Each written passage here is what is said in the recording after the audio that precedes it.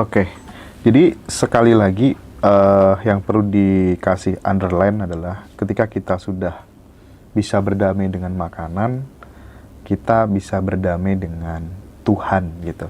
Apa yang membuat statement itu kira-kira apa? Alasannya apa? Ini Mas, coba renungin kalau orang Islam ya lagi bulan Ramadan. Itu tuh pasti ada yang hilang. Kenapa? Karena dikit-dikit tuh mikir nanti makan apa ya, nanti makan apa ya. Bener nggak Mas? Ya. Jadi ada gabutnya gitu. Kenapa nggak mikirin makanan? Kebayang nggak? Kalau kita kehilangan beban pikiran beberapa puluh persen karena hanya mikirin makanan, Mas Hendra. Itu beban pikiran itu bisa kita convert, bisa kita alihkan kepada sesuatu yang lebih kreatif gitu. Dan teman-teman, secara biologikal, tubuh kita terbaik secara prima ketika perut kosong. Oke. Maka kalau perutnya penuh, itu kita nggak maksimal. Kenapa coba? Karena kalau perut penuh, pencernaan itu lagi menggunakan energi banyak gitu. Beda loh ya, perut kosong sama kelaparan ini beda nih. Makanya, ya jangan lapar sih, tapi pas gitu. Itu satu. Yang kedua, ketika kita mulai menjaga makan kita akan benar-benar menjaga nafsu, Mas Hendra. Karena salah satu konteks, ya maaf ya, ketika kita banyak makan, itu banyak rangsangan energi-energi yang, wah jadi kayak kebanyakan makan gula, Mas. Sugar rush gitu misalnya. Dan oh ya, ngomongin gula, teman-teman, please, kurangi gula secepat mungkin. Iya. Ya, jadi kalau sekarang ada ngomongin narkoba lah, ada ngomongin ini bahaya, sebenarnya yang paling bahaya tuh gula sih. Kayaknya dimulai dari anak-anak deh kayaknya. Aduh, Mas. Ya, Kang ya. Kebayang nggak minuman kemasan yang segini, itu gulanya bisa 40-50%. Ini bukan teh dikasih gula sih, gula dikasih teh gitu. Anak-anak semua yang dimakan basisnya gula. Gula. Kebayang dengan gula yang banyak masuk, insulin yang nggak beres, banyak banget lemak-lemak yang, wah udah deh.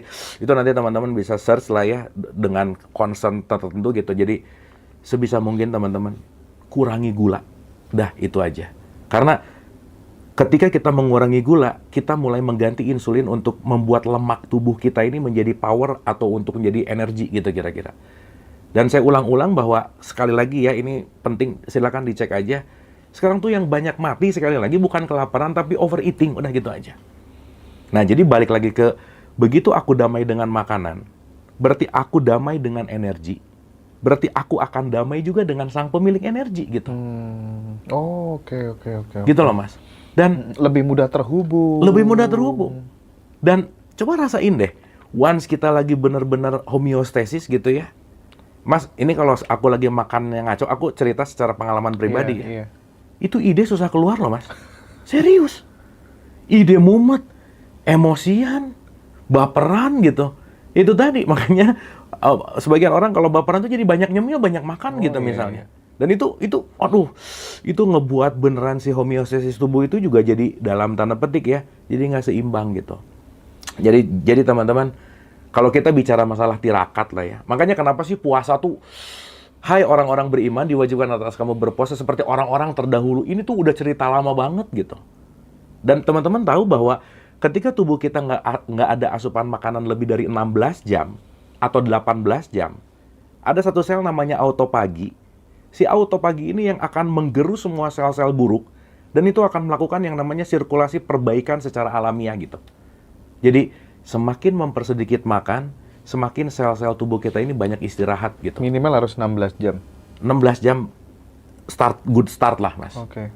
Gitu. Jadi at least 8 jam gitu waktu makannya gitu. Oke. At least skip breakfast misalnya, 12 ke 8, udah. Dan sebisa mungkin teman-teman, 4 jam sebelum bobo, itu kalau bisa jangan ada asupan makanan. Kenapa? Kalau, waduh Mas Hendra, malam-malam tuh kan nasi goreng tuh, aduh udah ya, godaan besar sekali ya, nasi goreng tek gitu ya. Kebayang nggak teman-teman, kalau kita makan 1 jam sebelum kita bobo, matanya merem, tapi pencernaannya muter terus tuh. Jadi tidurnya nggak akan maksimal. Maka kalau tidur nggak maksimal, istirahat kita nggak maksimal. Istirahat nggak maksimal, recharging energi nggak maksimal. Oh, itu nanti rentetnya kemana-mana gitu. Implikasinya gitu. Implikasinya kemana-mana. Jadi, saya pengen menyuarakan gini, Mas Hendra. Berkesadaran dengan olahraga dan puasa. Puasa, oke. Nah, karena Kang Abu kan udah jadi idola banyak orang gitu. Ketika kemudian melihat habit idola itu lebih mudah sih nerapinya gitu, sepengetahuan aku gitu. Oh, aku karena pengen tiru itu gitu. Udah berapa lama nggak makan nasi? Aku nggak makan nasi hampir 6 tahun, Mas. 6 tahun. Jadi aku memang ini juga lagi coba ya. 2 bulan 3 bulan lagi Mas Hendra ketemu aku different aja. Ya lihat 2 bulan lagi Mas Hendra. Aku lagi research nih. Yeah, yeah. Ada sesuatu yang baru lagi aku research gitu. Nah, aku tuh sempet 99 hampir 100 kilo, Mas. Gitu. Wah, dan waktu itu ya boro-boro mikir, pokoknya udah aja ya. Cuman lama-lama mikir bahwa udah pasti ya, berat, nggak enak, dan seterusnya lah gitu kira-kira. Nah terus karena ya balik lagi ya, power of kepepet sih memang ya. Karena waktu itu harus syuting RCTI, produser saya ngomong, lu kalau gendut jelek banget gitu. Wah, mulai sih. Memang sparklingnya memang harus ada target sih. Nah cuman yang pengen saya cerita di sini gini Mas Hendra. Awal aku mendalami kesehatan tubuh, kesehatan holistik, itu aku pakai push, aku punya target, aku harus melakukan ini. Karena waktu itu ada kebutuhan TV kan. Jadi aku kepaksa tuh. Iya. Nge-gym lah, apalah. Dan olahraga otot itu penting banget. Teman-teman, please, ototnya juga dilatih karena itu penting banget. Karena dia akan mempengaruhi ke tulang dan seterusnya gitu. Anyway. Nah, dan aku beda ketika aku mulai menyadari kesadaran bahwa dulu tuh Mas, tersiksa. Aku diet tuh tersiksa. Karena mindsetnya masih, ini harus gitu. Tapi lama-kelamaan, aku mulai menyadari bahwa, iya ya, aku melakukan ini bukan menyiksa tubuh, tapi justru mencintai tubuh gitu. Dan ini aku mulai dari 5-6 tahun belakangan ini, aku mau niat sekarang aku benar-benar pengen memasukkan nutrisi yang sesuai dengan kebutuhan tubuh gitu. Nah, aku belajar lah banyak sekali metode. Aduh Mas, 13 metode diet Mas, aku udah cobain semuanya. Tapi yang balik lagi ya teman-teman, ini semua fit, dan teman-teman pun kalau mau melakukan alangkah baiknya juga diskusi kepada nutrisionis gitu. Tapi yang sekarang lagi fit banget sama aku sekarang adalah intermittent fasting ini sih Mas. Bahwa aku mengurangi karbo. Jadi aku udah hampir 5 tahun setengah, 6 tahun lah anggap gitu ya. Udah nggak makan gula, nggak makan nasi gitu. Dan apa yang terjadi dan kerasa, nomor 1 Mas, 1 ya dalam konteks ide misalnya. Nanti di ini aja 1 apa, 2 apa, kan nanti mesti ada awet muda. Wah, gitu kan, dia segala macam gitu. Semua. Apa aja deh 1 ide? 1 ya, ini yang kerasa banget. Secara fisikal lebih fit aja Mas. Oke. Jarang capek. Aku tuh sehari bisa 4 jadwal, 5 jadwal online offline Mas. Iya. Gitu ya. Namanya juga raja TikTok. Gitu. Tapi yang aku sadari juga, oh iya ya, kenapa meskipun ya kadang-kadang kebablasan juga ya, kadang-kadang si hak tubuh ini juga aku bablas juga sih gitu ya. Jadi, maaf ya tubuh gitu ya kira-kira. Nah, itu 1, aku ngerasa jauh lebih fit. Oke. Yang kedua Mas, setelah nggak makan nasi, nggak makan gula, aku ngerasa jauh lebih bisa nangkep sesuatu tuh lebih, apa ya, kalau orang ngomong tuh aku bisa lebih, ya maaf ya bahasanya gini Mas, aku ngerasa lebih cerdas lah gitu. Iya. Dah itu aja Mas. Gitu, itu yang kedua. Yang ketiga, membuat dan membantu aku fokus dan konsentrasi jauh lebih tinggi dari sebelumnya. Nah ini yang aku cerita kemarin Mas Hendra. Dalam ranah meditasi, itu keterhubungan dengan si direct self ini, si essential self ini, itu dahsyat banget Mas Hendra. Jadi ya gimana ya teman-teman? Kita tahu bahwa meditasi itu, ya saya melakukan itu gitu ya. Dengan meditasi, saya punya me time untuk bisa komunikasi sama higher self gitu.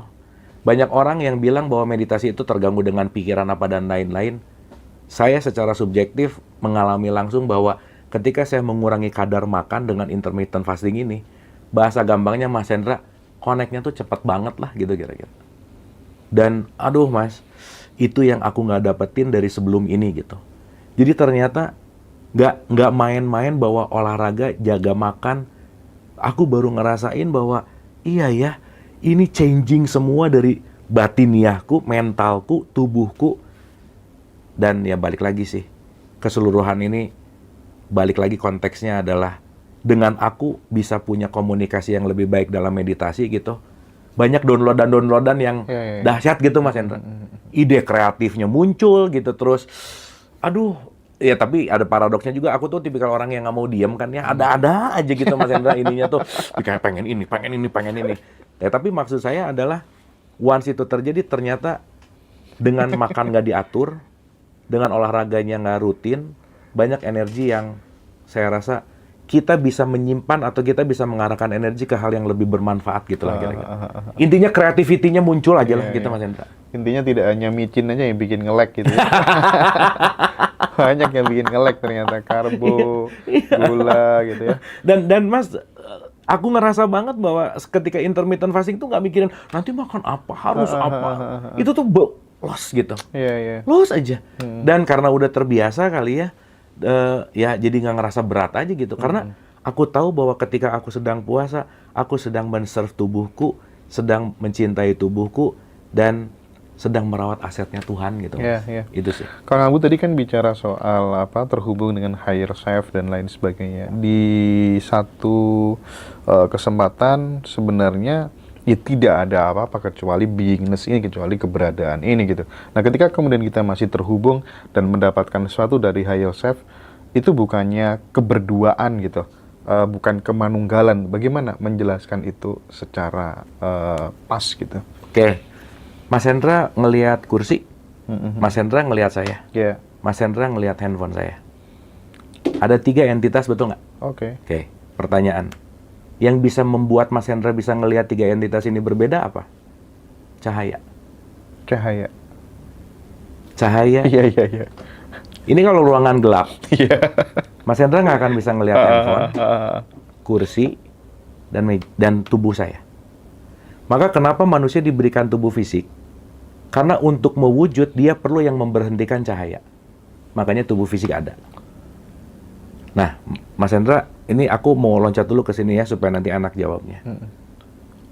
Kalau aku sadar bahwa hanya cahaya yang bisa membuat ini semua, maka hanya cahaya itu yang ada sebetulnya. Karena tanpa cahaya tidak akan ada penampakan gitu. Maka cahaya itulah kesadaran. Dan semua di sini apapun itu, ya cuma hanya cahaya kan sebetulnya. Yang mewujud menjadi sebuah apapun, dan apapun itu hanyalah sebagai, konteksnya adalah tanpa adanya cahaya, tidak akan ada yang terlihat gitu loh Mas Hendra. Nah sekarang pertanyaannya, berarti kalau semua esensialnya adalah cahaya, ya kita ini kan semua adalah sang kesadaran itu sendiri. Betul nggak? Kita adalah kesadaran yang tertutup oleh manas, yang tertutup oleh pikiran, perasaan, emosi, yang tertutup oleh konsep, yang tertutup oleh makna. Maka saya, Mas Hendra, siapapun di sini, kesadarannya tunggal. Cuman Mas Hendra punya manas program, saya punya manas program kita yang beda gitu Mas. Iya. Bener. Gitu. Makanya Mas, maaf ya, aku ngelihat Mas Hendra tanpa manas, aku ngelihat diriku sendiri. Maka bagaimana mungkin aku menyakiti Mas Hendra gitu? Karena menyakiti Mas Hendra, menyakitiku juga gitu. Nah, ketika kita melampaui manas, ketika kita melampaui pikiran, perasaan, dan emosi, kita lagi menyentuh kesejatian kita bahwa yang saya maksud download adalah, gimana ya bahasanya? Dalam keheningan, program-program itu dikikis. Dalam keheningan, kita akan masuk ke dalam esensial yang Mas Hendra mengetahui sesuatu bukan dari kata-kata, bukan dari buku, bukan dari apapun. Tapi itulah yang disebut direct path atau direct experience, yang disitulah aha moment gitu Mas Hendra. Mungkin sekarang ada orang perlu inspirasi dulu dari omongan orang lain. That's okay gitu. Triggernya dulu. Dan disitulah kita disebut makhluk sosial yang kita bisa belajar terus dari siapapun. Tetapi ada satu esensial, saya sebut intelijen Mas. Ada intelijen, ada intelek. Bahwa kita semua tuh intelijennya sama, tapi inteleknya yang berbeda. Nah, sesaat kita melepaskan intelektualitas kita Mas, kita akan mendapatkan, kalau pakai bahasanya Nabi Muhammad, la sautin wala harfun. Nggak ada suaranya, nggak ada hurufnya. Dan itu yang membuat Mas Hendra, zalikal kitabu la raiba fihi hudal lil muttaqin. Tidak ada keraguan di situ. oh ini toh. Gitu loh Mas. Aduh, keren abis. Oh ini toh. Keren. Oh ini toh. Dan kadang-kadang cuman susah nyari bahasa untuk nyampeinnya aja sih. Iya. Cuman susah nyari terminologi untuk nyampeinnya aja sih gitu. Dan itulah kita perlu ilmu gitu Mas. Karena begitu, let's say ya, dapat sesuatu yang aku pengen sampein, ini bahasa apa yang aku harus sampein ya? Karena yang aku sampaikan adalah bahasa rasa gitu loh Mas. Dan rasa itu otentik, nggak dibuat-buat gitu. Nah, itulah ketika kita belajar, kita punya pengetahuan, kita dapat sesuatu, kita bisa membahasakannya dengan bahasa sehari-hari gitu Mas. Iya. Nah, jadi kalau ini disebut oneness, bukan ada dua entity, bukan. Tetapi ketika manas kita sebut program aja Mas Hendra. Iya. Ketika programnya lepas, kita memang sedang menyatu dengan si higher self kita gitu. Oke. Dan itu yang, waduh Mas, itu gimana ya? Semua kita punya jalur ke situ langsung gitu loh Mas. Cuman jarang dipakai aja sih gitu. Itu yang saya sebut distributor utama Mas. Iya, paham. Ya semua orang percaya sama subagen sih sekarang gitu. Gitu. Makanya ya penting untuk menelaah bahwa terhubunglah kepada distributor utama, karena distributor utama itu sangat dekat dengan kita. Bagaimana kita terpisah dengan dia, bagaimana kita jauh dengan dia, orang kita diliputi oleh dia kok. Oke. Yang menjarak antara aku dengan dia, yang menjarak antara diri dengan Tuhan, yang menjarak antara kita dengan kemanunggalan adalah konsep dan persepsi. Konsep dan persepsi datang dari mana? Pikiran, perasaan, dan emosi. Ini semua berkaitan dengan apa? Berarti begitu kita menjaga tubuh, menjaga asupan, memperbaiki pikiran, perasaan, emosi, itu pun akan memperbaiki hubungan kita dengan distributor utama gitu. Bagaimana mungkin kesadaran yang tidak terbatas itu tadi, awareness, consciousness yang tak terhingga itu tadi, bisa lama terbenam di dalam pikiran kan? Ya. Bisa tertutupi oleh Kenapa pikiran. begitu? Kita merasa bahwa justru itu malah kita nggak bisa mengaksesnya, nggak bisa kalau tadi Kang Abu mengatakan kalau aku melihat Mas Hendra tanpa manas, aku melihat diriku sendiri gitu. Ya. Kenapa kok bisa seperti itu gitu kan? Ya, karena kita divirusi oleh program dari luar, Mas. Nah, saya kasih contoh nih. Gini. Oke. Kita ini semua adalah kesadaran yang lahir. Yang dikasih tubuh, Mas. Ya. Di antara kesadaran dan tubuh, ada yang namanya pikiran, perasaan, emosi. Jiwa aja kita sebut. Yeah. Oke. Berarti, Mas, bayi yang baru lahir kesadarannya 100% nggak? Iya dong. Makanya dia nggak belajar menyusui, nggak ada lesnya. Yeah. Maka dia nangis itu bukan emosi, karena dia punya kesadaran 100%. Nah, orang berpikir gini, Mas. Oh, bayi belum punya kesadaran. Justru bayi itu 100% kesadaran. Tetapi sesaat dia lahir, dia diintimidasi oleh faktor eksternal, informasi dari dua orang tuanya. Jadi kesadaran yang 100% diliputi oleh informasi yang namanya program, belief system. Akhirnya kesadarannya mengecil nggak, Mas? Ketutup oleh kepercayaan nggak? Ketutup oleh program nggak? Gitu. Contoh aja. Mas Hendra kalau beli handphone baru, kan belum ada programnya, betul nggak? Yeah. Kesadaran itu adalah touchscreen-nya. Tapi Mas Hendra nggak bisa mencet sesuatu kalau nggak ada program. Diinstallah program. Nah, jadi kita lahir itu dengan kecerdasan ini. Tapi aplikasinya banyak banget, Mas, diinstal. Dan sorry ya, Mas ya, lebih dari 85% aplikasinya virus masalahnya. Oke. Makanya, anak itu diberikan virus pertama oleh siapa? Orang tuanya. Jadi kasaran kata pengetahuan dari luar lah yang membuat kesadaran kita tertutup, Mas. Nah, saya mau pakai analogi teologi sedikit, Mas. Contoh, Mas. Kesadaran ini saya sering gambarkan dengan Adam. Jiwa itu adalah Hawa-nya. Ketika Adam makan pengetahuan dari luar, maka kesadarannya ketutup sama pengetahuan. Itulah buah huldi. Kita jadi tahu A, jadi tahu B, jadi tahu C. Jadi terkotak nih. Contoh, Mas. Kalau ada orang terlahir dalam keluarga yang agak-agak konvensional dibilang, nah, hanya agama kamu yang benar, yang lain sesat. Dikotakin nggak, Mas? Berarti dia dikasih huldi nggak? Iya, Dia makan huldi nggak? gitu. Iya, iya, iya. Berarti ketika dia besar, ngelihat agama lain, dia akan menyesatkan nggak? Iya. Datang dari mana kata sesat? Program yang datang dari faktor eksternal. Jadi kasaran kata, kita ini kebanyakan masuk program dari luar yang membuat keaslian kita ketutup gitu loh, Mas. Nah, jadi balik ke pertanyaan Mas Hendra nih. Kenapa sekarang kok si program ini makin membesar dan kesadarannya nggak muncul? Kenapa? Karena dia asik dengan program ini gitu. Dia menikmati program ini. Salah satu program ini kan pengen kaya, Mas. Pengen terkenal. Dan semua program ini akan alamiah kembali kepada kesadaran.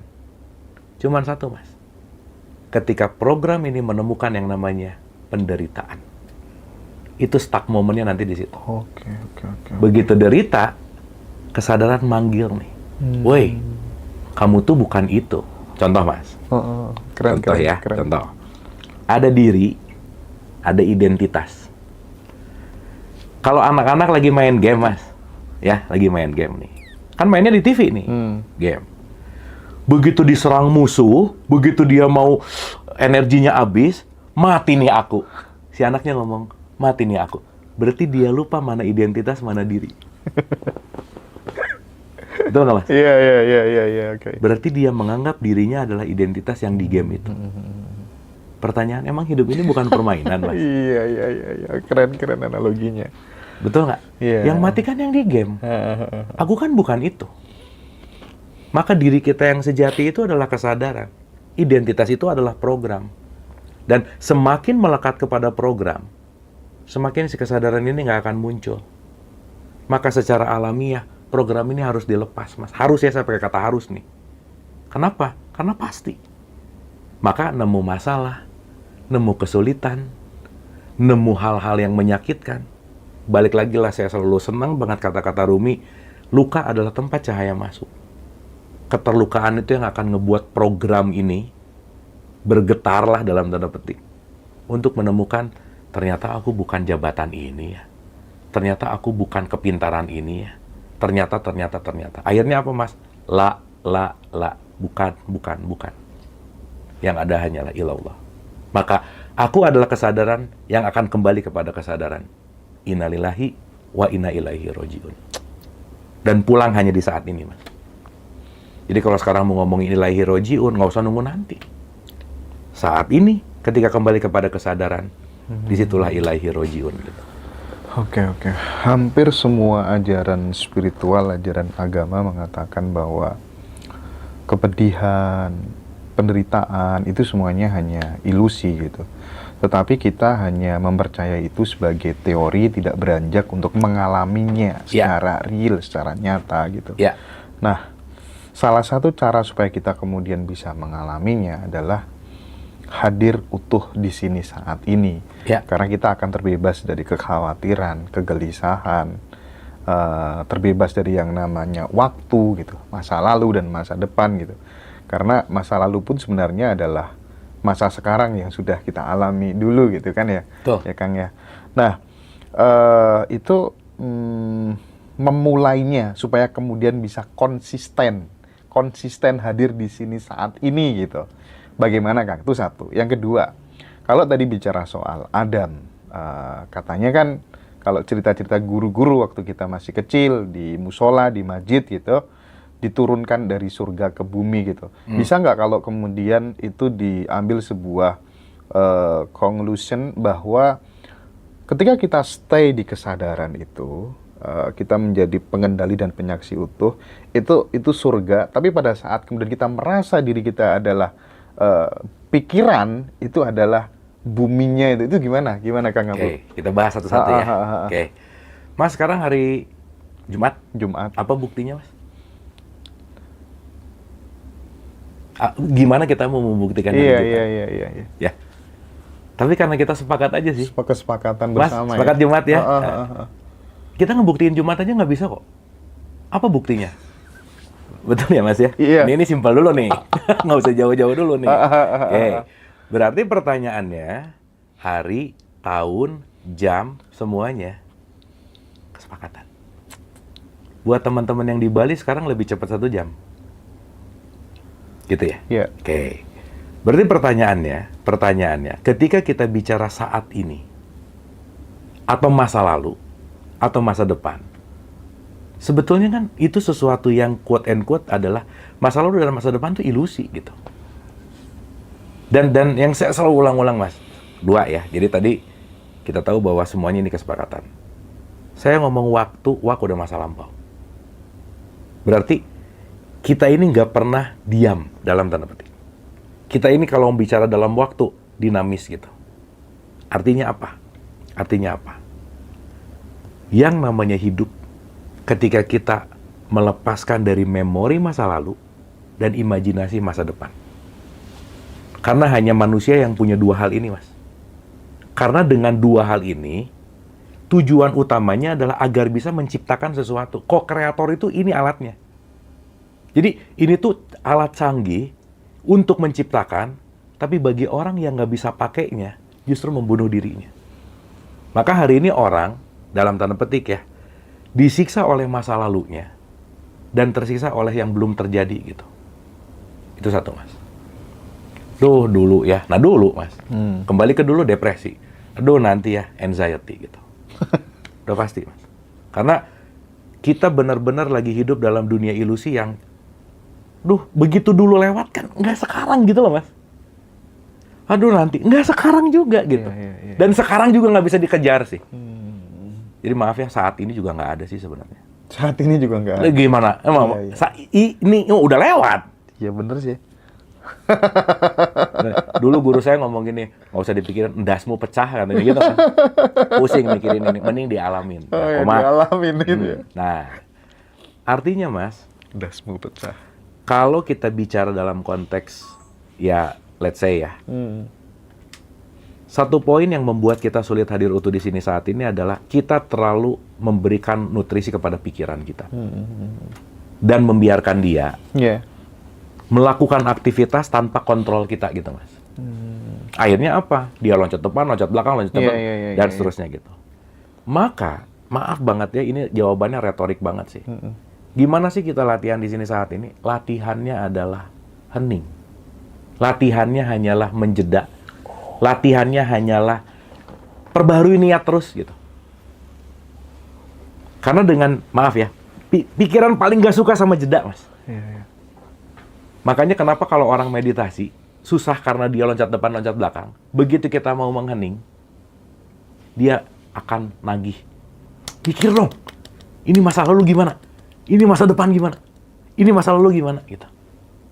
Nah, jadi artinya Mas, ini mungkin sedikit tips and trick gitu ya. Teman-teman, kalau mau belajar the power of now, ya kita bicara dalam konteks hadir utuh di sini saat ini. Satu aja. Terimalah semua perasaan yang terjadi saat ini. Itu nomor 1. Mau lagi nggak enak, terima. Mau lagi enak, terima. Terima dan jangan dimodifikasi dan jangan berusaha dirubah untuk apapun. Makanya the power of acceptance adalah gerbang utama untuk masuk ke saat ini. Contoh, Mas. Orang yang sering belajar itu nggak mau ketika, contoh gini, saya tuh udah rajin nonton ngaji Rosok nih. Udah banyak belajar sama guru-guru, kenapa ya masih bete terus? Misalnya. Ketika tamu bete datang, dia berusaha untuk membuat bete itu nggak ada, Mas. Jadi dia pura-pura nge-fine-finekan diri, mendenial, aku oke. Artinya dia berusaha memodifikasi perasaan yang ada saat ini gitu.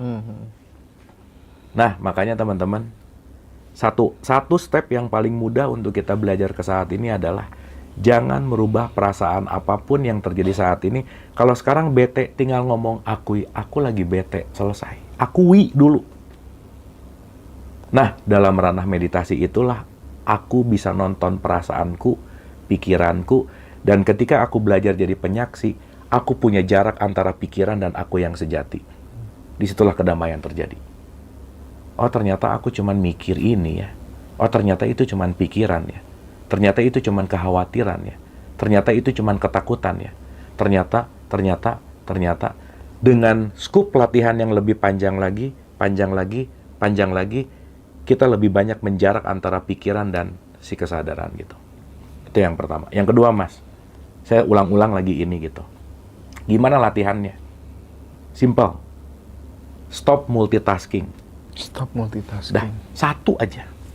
Dan teman-teman, ini rada PR sih memang. Tapi kalau nggak dilatih nggak bisa. Dan saya dapat rumus ini waktu saya ikutan monk Hinduism gitu ya. Jadi saya pernah ikutan pelatihan untuk jadi monk di Hinduism gitu. Salah satu guru saya itu monk di Hindu itu, dia bilang gini, Mas, ini keren banget. Kamu cari satu orang, siapapun itu, di mana satu orang itu adalah orang yang kalau dia ngomong kamu dengerin 100%. Ya, kalau bisa pasangan sih, tapi memang PR sih memang ya. PR banget. Artinya kalau si orang ini ngomong, kamu dengerin 100%, jangan sambil main handphone, jangan sambil mikir kemana, coba hadir 100% untuk dengerin dia ngomong.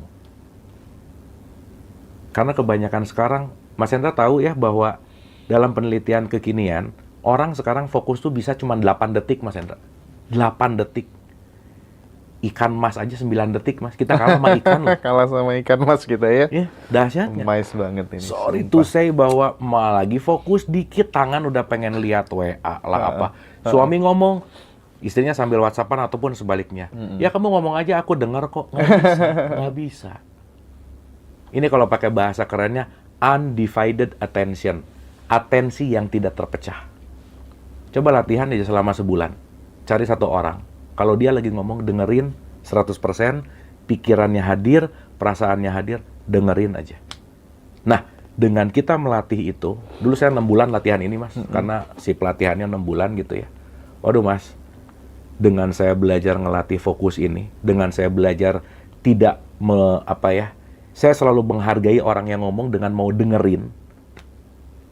Listening skill itu dahsyat banget terhadap fokus kita gitu. Nah, sekarang public speaking banyak, tapi listening skill tuh dikit sih. Maka banyak orang yang tidak punya kemampuan mendengar yang baik. Kenapa? Begitu dengar, pikirannya kemana. Nah, jadi saya rasa yang pertama adalah hening.